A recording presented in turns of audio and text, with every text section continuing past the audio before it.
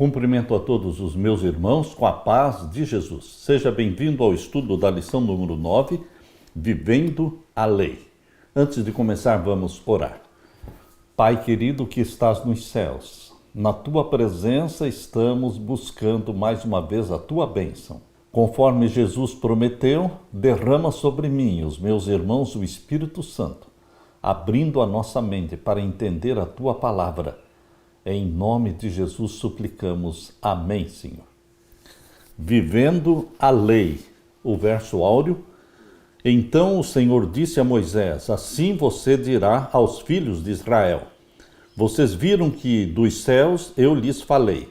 Não façam deuses de prata ao lado de mim, nem façam para vocês deuses de ouro. Êxodo 20, versos 22 e 23. Deus desejava que o seu povo fosse diferente das nações vizinhas. Queria que fosse estabelecido como uma consagrada e santa comunidade de fé sob a sua liderança e autoridade. Todos estariam sujeitos à lei de Deus. Os juízes seriam nomeados como administradores da lei e os sacerdotes deviam ensiná-la. Os pais também teriam um papel essencial. Em qualquer cultura, as leis revelam os ideais, objetivos e caráter do legislador.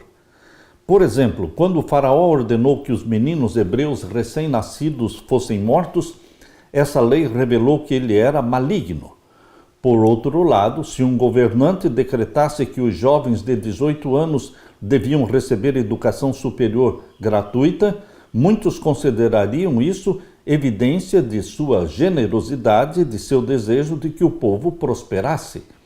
A lei de Deus revela quem ele é, ou seja, sua bondade, seu amor, seus valores de retidão e suas restrições contra o mal. Assim como a lei é santa e justa, Deus também é santo e justo. Ao criar condições para uma vida mais plena, a lei também ajuda a nos proteger de perigos e infortúnios. O respeito a Deus, o respeito ao próximo e aos valores da vida eram a base do seu sistema legislativo. Deus quer que você viva a lei. Como é possível? Pelo Espírito Santo que em nós habita. A vida que o Espírito Santo vive em você é a vida de Jesus. É a mente de Jesus, é o pacote celestial que o Espírito Santo comunica para você. A mente completa com todas as características, com todas as virtudes e com todos os traços de caráter de Jesus. Ele implanta em você e você vive a lei pelo poder do Espírito Santo que em você habita. Aleluia! O Código da Aliança. No Sinai, com a entrega da lei, Deus estabeleceu a base para ensinar seu povo que, por meio da conexão com ele, poderia ter uma vida santa. Mas, como os princípios da lei precisavam ser aplicados na vida cotidiana, Deus deu leis adicionais chamadas de Código da Aliança. Era responsabilidade dos juízes zelar por essas leis e aplicá-las corretamente. Com a mente cegada e pervertida pela escravidão e pelo paganismo, os israelitas não estavam preparados para valorizar completamente os princípios de grande alcance dos 10 mandamentos, dos 10 preceitos de Deus. Para que os deveres expressos no Decálogo pudessem ser mais plenamente entendidos e executados, foram dados preceitos adicionais que ilustravam e aplicavam os princípios dos 10 mandamentos. Essas leis foram chamadas de juízos, tanto porque eram organizadas com sabedoria e equidade infinita, quanto pelo fato de que os magistrados deveriam julgar de acordo com elas.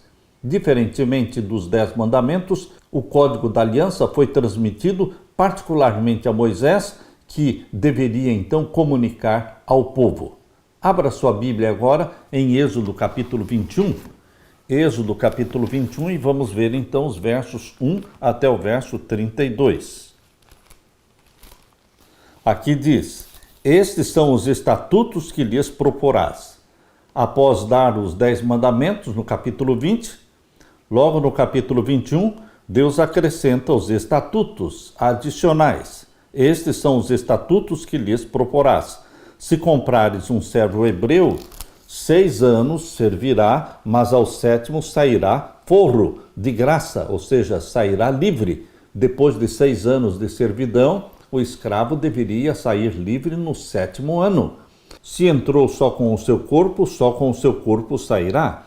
Se ele era homem casado, sairá sua mulher com ele.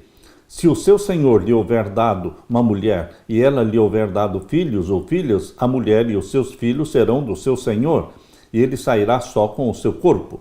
Mas se aquele servo expressamente disser, eu amo ao meu senhor e a minha mulher e aos meus filhos, não quero sair forro, então seu senhor o levará aos juízes e o fará chegar à porta ou ao postigo, e o seu senhor lhe furará a orelha com uma sovela e o servirá para sempre. E o verso 12, quem ferir alguém que morra, ele também certamente morrerá. Verso 15, o que ferir ao seu pai ou à sua mãe, certamente morrerá. Verso 17, e quem amaldiçoar ao seu pai ou sua mãe, certamente morrerá. E o verso 23, mas se houver morte, então darás vida por vida, olho por olho, dente por dente, mão por mão, pé por pé, queimadura por queimadura, ferida por ferida, golpe por golpe. Verso 28, e se algum boi escornear o homem ou mulher que morra, o boi será apedrejado certamente, e a sua carne se não comerá, mas o dono do boi será absolvido.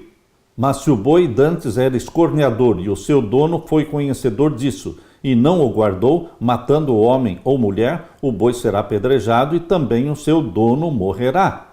Aqui estão alguns estatutos adicionais dados por Deus, chamados de Código de Aliança. O Código da Aliança ocupa vários capítulos, capítulo 21, 22, capítulo 23. Todos estes regulamentos e leis tinham o objetivo de conter o crescimento do mal e construir uma sociedade organizada. As leis que regulamentavam a escravidão eram peculiares e não devem ser confundidas com a prática cruel e perversa da escravidão moderna ou medieval. Os escravos hebreus eram protegidos, eles eram valorizados. Nas sociedades modernas e medievais, os servos e escravos eram propriedade do seu dono, que podia fazer o que quisesse com eles. As leis bíblicas, porém, regulamentavam as coisas de modo distinto. A servidão era limitada a 6 anos somente. No 7º ano, todos os escravos tinham que ser libertados, a menos que quisessem ficar com o seu senhor. Os senhores também tinham de lhes dar o descanso do sábado, conforme diz Êxodo capítulo 20, versos 9 e 10. Eles tinham direito ao descanso do sábado, e o seu dono também deveria prover suas necessidades essenciais. Embora na maior parte do mundo a escravidão tenha sido abolida, de que modo alguns dos seus resquícios persistem? Na forma como você trata o seu empregado, o seu funcionário. Você pode estar sendo um senhor generoso, justo, honesto, ou você está agindo como um senhor maligno. Da forma como você trata o seu funcionário, da forma como você o remunera. Deveremos usar da misericórdia, da bondade, para que os funcionários vejam em você, o patrão, um senhor justo, guiado pelo Espírito Santo. Tanto o patrão como os empregados devem refletir o caráter de Deus. Embora vivamos em uma sociedade diferente, os princípios que você encontra nesses estatutos de Deus, estes princípios são válidos. Embora em circunstâncias diferentes, pratique o princípio de bondade, de respeito, de remuneração justa e Deus te abençoará. Aleluia! Na parte de segunda-feira, mais leis. Em sua misericórdia, Deus ensinou os juízes a lidar com as pessoas em situações relacionadas aos direitos de propriedade. A Bíblia apresenta estudos de caso, indicando, por exemplo, o que fazer se um boi atacasse o boi de um vizinho, se as pessoas roubassem um animal doméstico e o vendessem, se os animais pastassem no campo ou no vinhedo de outra pessoa, e se um item que alguém tomasse emprestado fosse roubado, ou se um animal alugado fosse ferido ou morresse, Deus deixou instruções de como agir. Abra sua Bíblia em Êxodo capítulo 22 e vamos ver então os versos 16 a 31. Aqui diz: se alguém enganar alguma virgem que não for desposada e se deitar com ela, certamente adotará por sua mulher. Se você deitar e ter sexo com uma moça que ainda é virgem, você deve adotá-la como esposa. É isso que o verso 16 está dizendo. Verso 17. Se o seu pai inteiramente recusar dar-lhe, dará dinheiro conforme ao dote das virgens. A feiticeira não deixarás viver. Queridos, estes princípios que nós vemos aqui, embora numa sociedade diferente em que você e eu vivemos, estes princípios podem ser respeitados, porque são princípios divinos. A feiticeira, a bruxaria, as cartomantes, todo este mundo oculto do maligno precisa ser condenado. A feiticeira não deixarás viver. Verso 19.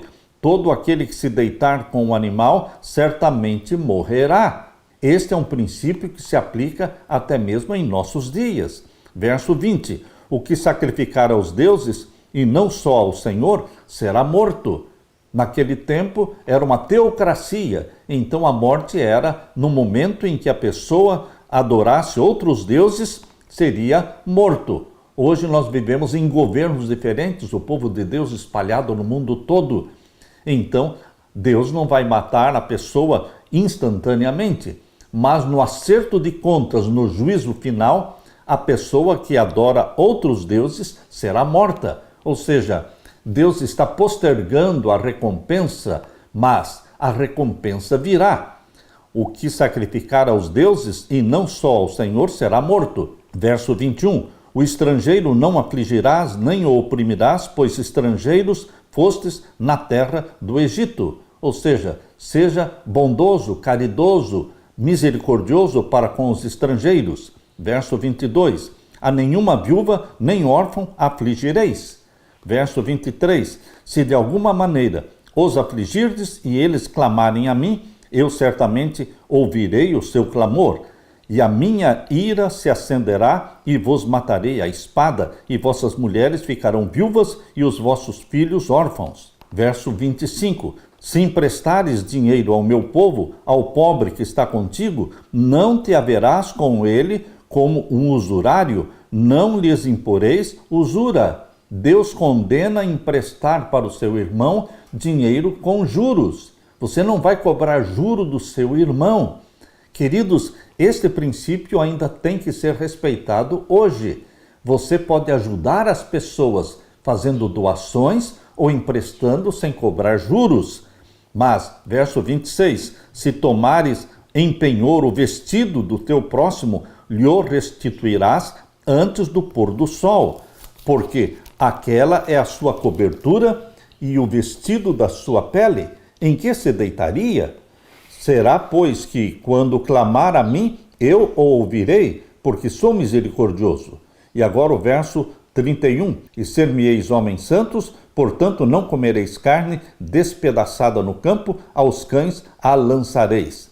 Ser-me-eis santos, porque Deus é santo. Nós também precisamos buscar a santidade.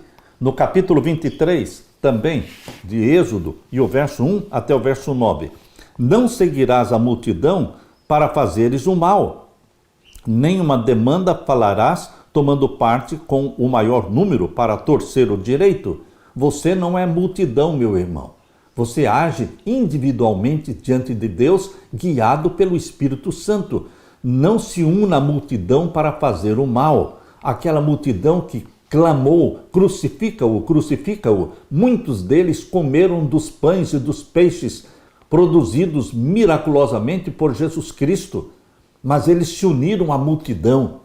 O ser humano, muitas vezes, no meio da multidão, ele age de forma errada, ele se deixa influenciar. Por isso aqui está dizendo no verso 2, capítulo 23, verso 2. Não seguirás a multidão para fazeres o mal. Você responde individualmente diante de Deus. Verso 3. Nem ao pobre favorecerás na sua demanda. Verso 4. Se encontrares o boi do teu inimigo, ou seu jumento desgarrado, sem falta lhe o reconduzirás.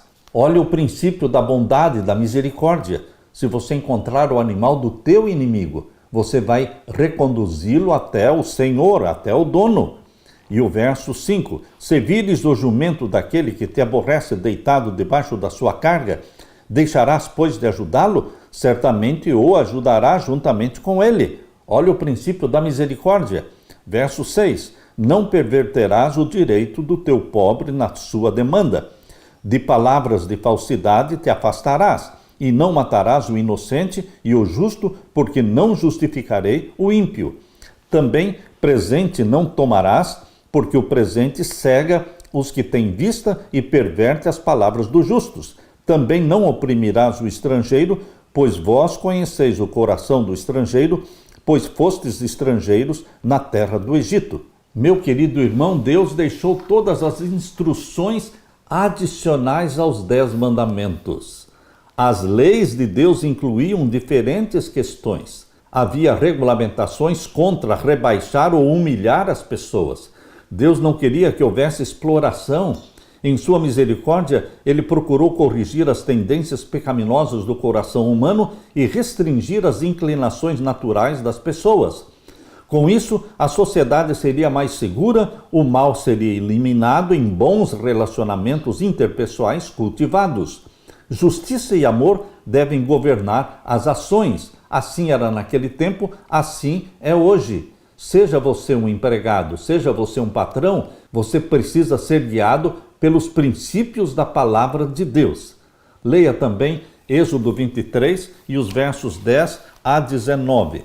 Aqui diz: também 6 anos semearás tua terra e recolherás os seus frutos. Semeavam 6 anos, no 7º ano não semeava. E aquilo que a terra produzisse no 7º ano deveria pertencer a quem? Aos pobres, aos necessitados. Mas ao 7º a soltarás e deixarás descansar, para que possam comer os pobres do teu povo, e do sobejo comam os animais do campo. Assim farás com a tua vinha e com o teu olival. 6 dias farás os teus negócios, mas ao 7º dia descansarás, para que descanse o teu boi e o teu jumento, e para que tome alento o filho da tua escrava e o estrangeiro. Aqui no capítulo 23, verso 12, Deus repete aqui aquilo que ele disse no 4º mandamento da Santa Lei de Deus sobre o descanso sabático, no 7º dia da semana. Verso 14 em diante. 3 vezes no ano me celebrareis festa. A festa dos pães asmos guardarás. 7 dias comerás pães asmos, como te tenho ordenado, ao tempo apontado no mês de Abibe, porque nele saíste do Egito, e ninguém apareça vazio perante mim. E a festa da cega, ou seja, a festa da colheita dos primeiros frutos do teu trabalho, que houveres semeado no campo, e a festa da colheita, a saída do ano, quando tiveres colhido do campo o teu trabalho. Então existia a festa da colheita no começo do ano, e existia a festa da colheita no final do ano. 3 vezes no ano, todos os teus varões aparecerão diante do Senhor. E o verso 19, as primícias dos primeiros frutos da tua terra trarás à casa do Senhor teu Deus. Embora existissem 7 festas sagradas, 7 festas proféticas no santuário da terra, o povo compareceria diante do Senhor 3 vezes no ano. Ou seja, eles viriam na festa dos pães asmos, que envolvia a festa da Páscoa, pães asmos e festa das primícias. Estas 3 festas estavam na sequência. Páscoa dia 14, pães asmos começava no dia 15 e já no dia 16 a festa das primícias. Todo o povo deveria comparecer diante do Senhor. Deveriam comparecer também na festa do Pentecostes, que ocorria 7 semanas depois da festa das primícias. 7 semanas depois acontecia a festa do Pentecostes. Então, eles compareceriam diante do Senhor nessas 2 festas que estavam no começo do ano. E agora existiam as festas do final do ano. No 7º mês, primeira festa do 7º mês era a festa das trombetas, e na sequência vinha então a festa da expiação. A festa das trombetas era do 1º dia até o 10º dia. A festa das trombetas acontecia durante os 10 primeiros dias do 7º mês. E no dia 10 do 7º mês era a festa da expiação. E no dia 15 do 7º mês começava a festa dos tabernáculos, a festa da colheita, que durava 7 dias. Portanto, eram 2 grupos de festas, as festas do começo do ano e as festas do final do ano. E o povo de Deus deveria comparecer diante de Deus nestas festas, que eram sagradas, mas também eram profecias. 7 festas proféticas apontando para o ministério de Jesus Cristo no santuário celestial. Jesus iniciou seu ministério como vítima, como Cordeiro de Deus, morrendo no dia da Páscoa. E então ele ressuscitou, cumprindo a profecia da festa das primícias, que apontava para a ressurreição de Jesus e daquela multidão que ressuscitou com Jesus, conforme diz Mateus capítulo 27, versos 51 a 53. Muitos corpos de santos ressuscitaram glorificados com Cristo, cumprindo a festa das primícias, e ascenderam ao céu com Jesus Cristo. E queridos, na festa do Pentecostes, Jesus Cristo foi entronizado no santuário celestial e então derramou sobre a sua igreja o Espírito Santo, a chuva temporã do Espírito Santo. E então, queridos, nós temos as festas do final do ano que apontam para o início do juízo celestial. Os 10 primeiros anos que antecederam o ano de 1844, nesses 10 anos que antecederam 1844, foi a pregação da mensagem de Deus. É a festa das trombetas anunciando a chegada do juízo, que começou em 22 de outubro de 1844. Nós vivemos hoje a 6ª festa do Santuário Celestial, que começou em 1844, o juízo celestial pelos mortos. E ainda não chegou o juízo dos vivos, porque só chegará quando for aprovada a lei dominical, e então vamos ter o juízo dos vivos, o selamento do povo de Deus com o selo do Deus vivo e o selamento dos ímpios com o sinal da besta. Meu querido irmão, a última festa, será a festa dos tabernáculos, que é a festa da colheita, quando Jesus Cristo voltará e arrebatará a sua igreja, colherá a sua igreja levando-a para o céu numa viagem de 7 dias. Porque esta festa durava 7 dias. E então nós vamos ascender ao céu numa viagem espacial de 7 dias, cumprindo a festa da colheita do santuário celestial. Todas as festas do santuário da terra eram profecias apontando para o santuário celestial. Aleluia! O sábado foi estabelecido na criação, a semana da criação, conforme diz Gênesis capítulo 2, 1 a 3. Estava conectado à libertação de Israel também, porque em Deuteronômio capítulo 5, verso 12 a 15, o sábado aparece como também um sinal de libertação de Israel. E de forma poderosa, o sábado aponta para a adoração ao Deus como Criador, Redentor e Senhor nosso. Entretanto, havia 3 festas importantes que Israel deveria celebrar a cada ano. Primeiro, a Páscoa, ou festa dos pães asmos sem fermento, que ocorria na primavera do hemisfério norte, entre o mês de março e abril do nosso calendário. Número 2, o Pentecostes, ou festa da colheita, ou das semanas, 7 semanas após a festa anterior, começando assim 50 dias depois. E terceiro, a festa dos tabernáculos, ou das cabanas, ou a festa da colheita, do final do ano, no outono, entre setembro e outubro. Meu querido irmão, esta é uma doutrina pregada, entendida e pregada pelos adventistas do 7º dia, que entendem o santuário da terra e entendem que o santuário da terra era somente uma ilustração do santuário celestial. Lá no santuário celestial, Jesus Cristo intercedeu por você por mais de 1800 anos no lugar santo, o ministério de mediação, de intercessão de Jesus Cristo. Mas em 1844 começou o juízo celestial, a purificação do santuário celestial, conforme diz a profecia dos 2.300 anos que está ali em Daniel capítulo 8, verso 14. Mostra que esta profecia de 2.300 anos começou com a ordem para restaurar Jerusalém em 457, feita esta ordem por Artaxerxes, o rei persa, e começando em 457, ela terminou em 1844 depois de Cristo. Queridos, vivemos o grande dia do juízo, a grande festa da expiação do santuário celestial.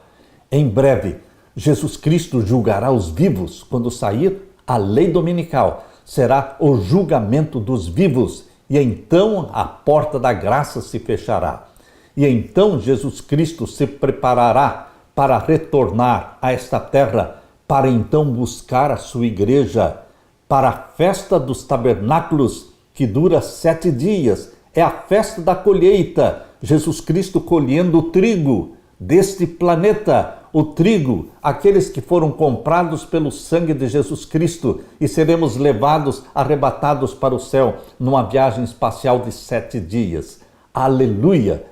Então vamos entrar pelos portões da Nova Jerusalém, recebendo das mãos de Jesus Cristo a coroa de ouro, que ele dará a todos os vencedores. Você está entre os vencedores pelo nome e pelo sangue de Jesus? Que Deus te abençoe e te dê a vitória, meu querido irmão. Aleluia! Na parte de terça-feira, o plano original de Deus.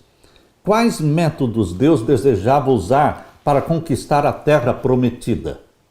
As guerras do povo de Deus eram lutadas por Deus. Deus era quem lutava as guerras. Aqui no capítulo 23 e no verso 20 a 33, aqui diz: Eis que eu envio um anjo diante de ti para que te guarde neste caminho e te leve ao lugar que te tenho aparelhado. Deus fazia tudo. Deus tomou sobre si a responsabilidade de conduzir o seu povo do Egito para a terra prometida. Deus tomou sobre si mesmo a responsabilidade de tirar você do Egito do pecado e conduzi-lo através do deserto. É o deserto da tentação. E você está sendo conduzido para a Canaã celestial. Deus nos conduz com segurança. Verso 21. Guarda-te diante dele e ouve a sua voz e não o provoques a ira, porque não perdoará a vossa rebelião, porque o meu nome está nele. Verso 23. Porque o meu anjo irá diante de ti e te levará aos amorreus, aos heveus, aos heteus e aos perizeus e aos cananeus, heveus e jebuseus, e eu os destruirei. Aqui diz que o anjo do Senhor iria diante deles. Este anjo do Senhor é Jesus Cristo, que é chamado de anjo do Senhor. Ele, Jesus Cristo, era a coluna de nuvem. Ele, Jesus Cristo, era a coluna de fogo à noite. Jesus Cristo era a rocha de onde saía a água. Jesus era tudo. Assim Jesus também é tudo para você hoje. É tudo na minha vida. Aqui diz Êxodo 23 e o verso 24. Não te inclinarás diante dos seus deuses, nem os servirás, nem farás conforme as suas obras, antes os destruirás totalmente e quebrarás de todo as suas estátuas. Aqui Deus está dizendo que o seu povo, chamado para ser santo, deveria não se inclinar diante dos deuses do mundo. Hoje ainda existem deuses e ídolos no mundo e nós deveremos fugir deles. Nem farás conforme as suas obras. O nosso padrão não é o padrão do mundo. O nosso padrão é celestial. Nós obedecemos a ordem do nosso Pai. Deveremos destruir os ídolos. Quebrarás a todas as suas estátuas.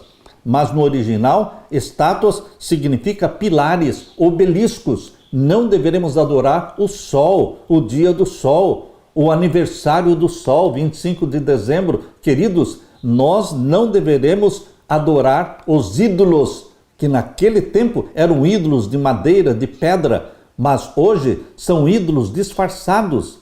O domingo representa o obelisco ao Deus Sol, e nós não deveremos nos curvar diante da santidade do domingo e nem diante da santidade do 25 de dezembro, porque é aniversário do sol.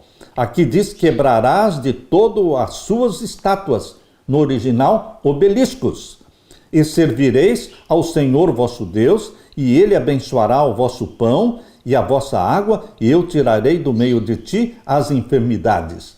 É Deus que nos cura. Louvado seja Deus pelos médicos que existem, pelos bons cirurgiões, pelos remédios, mas não são eles que curam, é Deus quem cura. Por isso está dizendo aqui no verso 25, eu tirarei do meio de ti as enfermidades.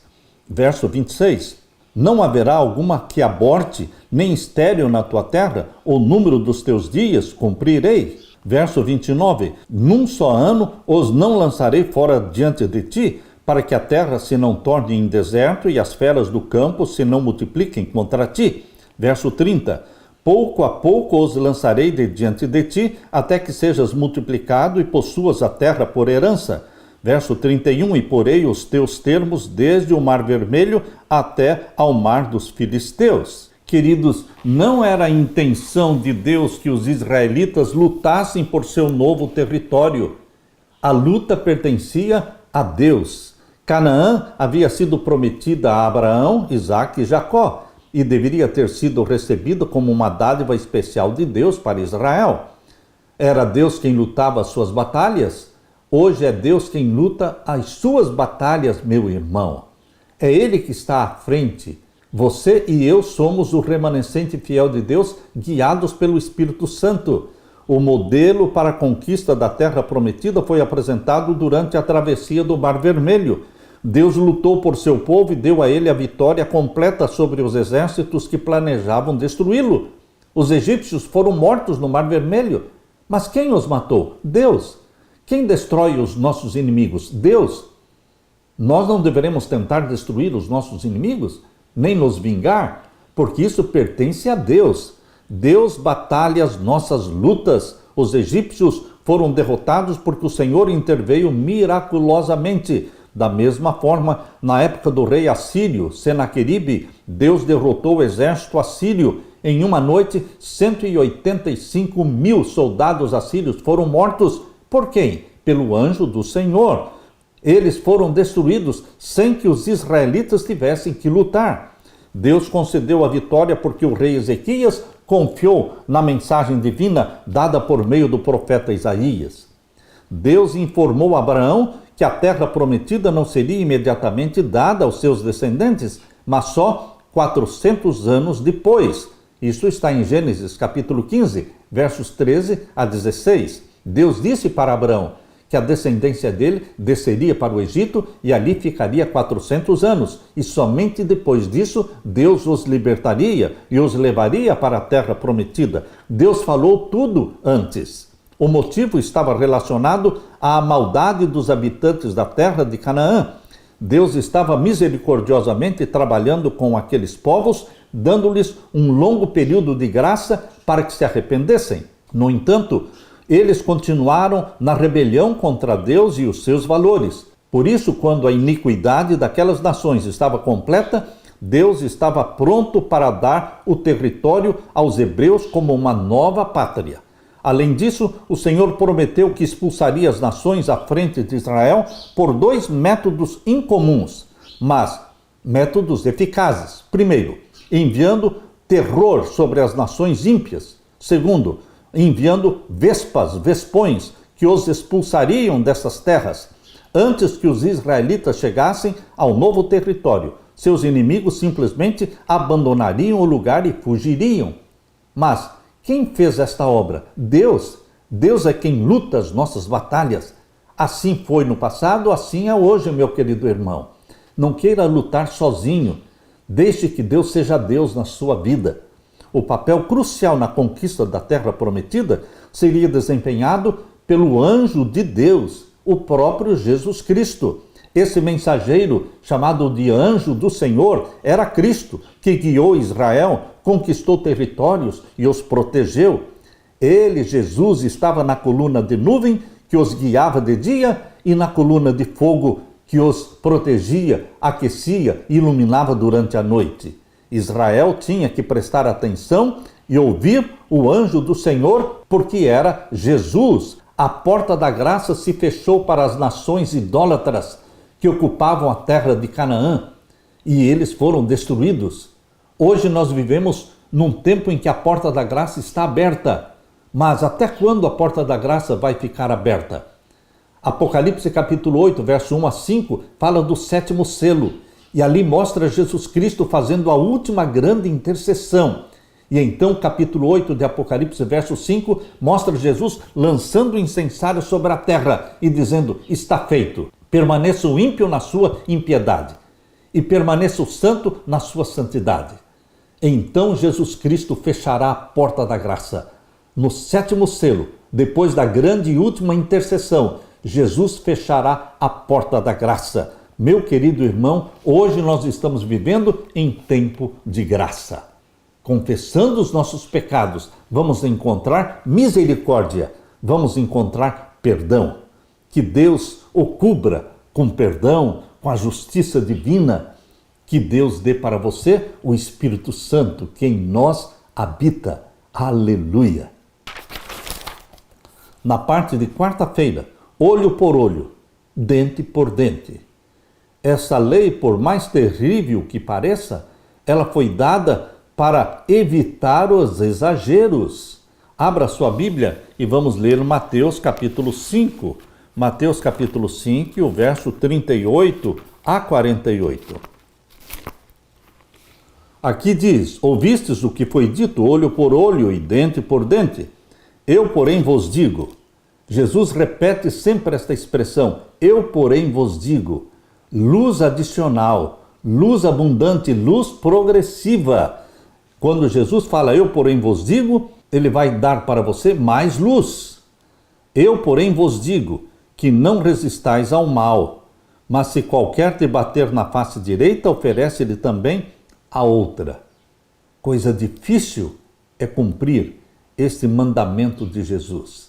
Somente pelo Espírito Santo habitando em você e em mim, nós vamos poder dar a outra face. Verso 40. E ao que quiser pleitear contigo e tirar-te o vestido, larga-lhe também a capa. E o verso 41. E se qualquer te obrigar a caminhar 1 milha, vai com ele 2. Verso 42. Dá a quem te pedir e não te desvies daquele que quiser que lhe emprestes.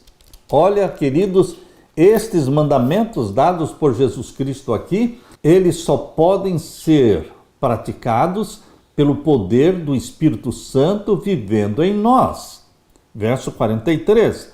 Ouvistes o que foi dito, amarás ao teu próximo e aborrecerás o teu inimigo?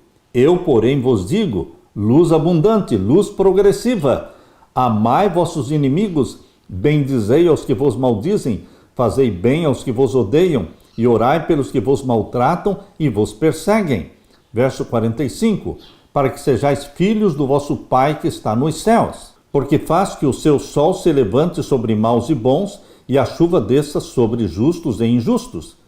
Pois, se amardes os que vos amam, que galardão havereis? Não fazem os publicanos também o mesmo? E se saudardes unicamente os vossos irmãos, o que fazeis demais? Não fazem os publicanos também assim? Sede vós, pois, perfeitos como é perfeito o vosso Pai que está nos céus. Queridos, como Jesus interpretou o significado da lei de olho por olho e dente por dente? Como devemos aplicá-la hoje? No Sermão do Monte, Jesus citou os textos do Antigo Testamento com os quais seus ouvintes certamente estavam bem familiarizados. No entanto, Jesus falou contra as interpretações rabínicas comuns naquele tempo, que ao longo dos séculos haviam se afastado do propósito original dessas leis. Ou seja, a tradição humana não apenas escondeu o propósito da palavra de Deus, mas em vários casos distorceu seu significado e intenção. Pense, por exemplo, nas leis que os fariseus criaram a respeito do sábado, tornando o sábado um dia insuportável. Jesus estava restaurando essas leis ao seu propósito original. Por exemplo, sobre o sábado, Jesus mostrou como deveríamos guardar o sábado. Ele não era um transgressor do sábado, do quarto mandamento da lei de Deus. Ele era um transgressor do sábado dos fariseus, porque na forma em que os fariseus pensavam, Jesus estava transgredindo o sábado. Mas Jesus estava ensinando a guardar o sábado da forma original. Um sábado que deveria ser sinal de misericórdia. É lícito fazer o bem no sábado. Meu querido irmão, nós não podemos guardar o sábado da forma como os fariseus guardavam, e sim da forma como Jesus nos ensinou a guardar. No Sermão do Monte, ao dirigir seus ouvintes de volta à intenção e significado originais dos textos bíblicos, Jesus estava buscando corrigir algumas destas interpretações equivocadas. Ele disse: vocês ouviram o que foi dito, eu, porém, vos digo. Mateus 5,38. O texto de Êxodo 21, 24, que menciona olho por olho e dente por dente, é conhecido como lex talionis, ou lei do talião. Essa frase também ocorre em outras partes da Bíblia. A intenção original desta lei era impedir que as pessoas fizessem justiça com as próprias mãos, e assim evitar toda forma de vingança pessoal. Ela deveria acabar com as rixas de sangue ou retaliação sem que houvesse um julgamento prévio. Os danos tinham que ser avaliados pelos juízes e então a compensação monetária adequada seria estabelecida e paga. A justiça deveria ser feita, mas de acordo com a lei de Deus. Jesus Cristo, que deu essas leis sociais a Moisés, sabia o propósito dessa lei, portanto, ele poderia aplicá-la de forma objetiva, de acordo com a sua intenção original. O motivo por trás destas leis era trazer justiça e reconciliação, restaurando a paz. Meu querido irmão, o que tem que prevalecer hoje na sua vida, no seu relacionamento com o seu próximo, é a lei do amor, é a lei da bondade, é a lei da misericórdia, é o orar pelos nossos inimigos, orar pelos que nos perseguem. Fazendo assim, estaremos refletindo o caráter santo do nosso Pai Celestial. Aleluia! Na parte de quinta-feira, vingança. Nós, seres humanos, nós somos sedentos de vingança. Quando alguém faz alguma coisa errada ou que nos prejudica, nós queremos nos vingar. Isso é próprio do homem natural, da natureza carnal que nós temos. Mas a vingança, diz a Bíblia, pertence a Deus. Meus amados, diz a Bíblia aqui em Romanos capítulo 12, verso 19, meus amados, não façam justiça com as próprias mãos, mas deem lugar à ira de Deus, pois está escrito: a mim pertence a vingança, eu é que retribuirei, diz o Senhor. Romanos 12, verso 9. Não podemos nos vingar a nós mesmos, mas deixar nas mãos de Deus. Deus vai fazer com que as pessoas colham aquilo que elas plantaram. Essa é a lei natural. Abra sua Bíblia em Mateus capítulo 6. Capítulo 6, vamos ver o verso 4 e verso 6. Aqui diz: para que a tua esmola seja dada ocultamente, e teu pai que vem em segredo te recompensará publicamente. E o verso 6, mas tu, quando orares, entra no teu aposento e, fechando a tua porta, ora a teu pai que está em oculto, e teu pai que vê secretamente te recompensará. A recompensa vem de quem? Vem de Deus. Deus que vê você orando, Deus vai te recompensar. Capítulo 16 e o verso 27. Porque o Filho do Homem virá na glória do seu Pai com os seus anjos, e então dará a cada um segundo as suas obras. Todos estes versos que estamos lendo está falando de recompensa. Deus vai retribuir segundo as suas obras. A recompensa virá. Leia agora Lucas capítulo 6. Lucas capítulo 6 e o verso 23. Aqui diz: folgai nesse dia e exultai, porque eis que é grande o vosso galardão, ou seja, a sua recompensa, no céu, pois assim faziam os seus pais aos profetas. E também 2 Timóteo capítulo 4 e o verso 8. 2 Timóteo capítulo 4 e o verso 8. Desde agora a coroa da justiça me está guardada, a qual o Senhor, justo juiz, me dará naquele dia, e não somente a mim, mas também a todos os que amarem a sua vinda. Deus está falando de recompensa, de galardão. Todos estes versos estão dizendo que Deus vai recompensar cada um segundo as suas obras. E quando você lê Apocalipse capítulo 22, abra sua Bíblia. Em Apocalipse capítulo 22, você pode ler então o verso 12. Aqui diz: e eis que cedo venho, e o meu galardão está comigo para dar a cada um segundo a sua obra. Tanto os justos serão recompensados, galardoados com a vida eterna, com arrebatamento para o céu, como também os ímpios serão recompensados pela morte, a segunda morte, que será no lago de fogo e enxofre. Meu querido irmão, Jesus não era contra o princípio da recompensa e punição. Justiça é uma questão de princípio, é parte essencial da vida. No entanto, ninguém deve assumir por si mesmo o papel de juiz, júri ou carrasco. Quão fácil seria distorcer a justiça. Não cabe a você e a mim retribuir o dano. Se precisamos lidar com o mal, isso deve ser realizado por um tribunal constituído, é o trabalho dos juízes. Jesus disse que deveremos ser perfeitos como é perfeito o Pai nosso que está nos céus, Mateus 5,48. Como podemos ser perfeitos como o próprio Deus? O amor altruísta é a característica essencial de Deus. E o Espírito Santo coloca em você o amor altruísta de Deus. Ele ensina seus filhos a amar os seus inimigos e a orar por aqueles que os perseguem. A verdadeira perfeição é amar, perdoar e ser misericordioso. E como é que você e eu poderemos amar, perdoar e ser misericordioso? Pela habitação do Espírito Santo em você.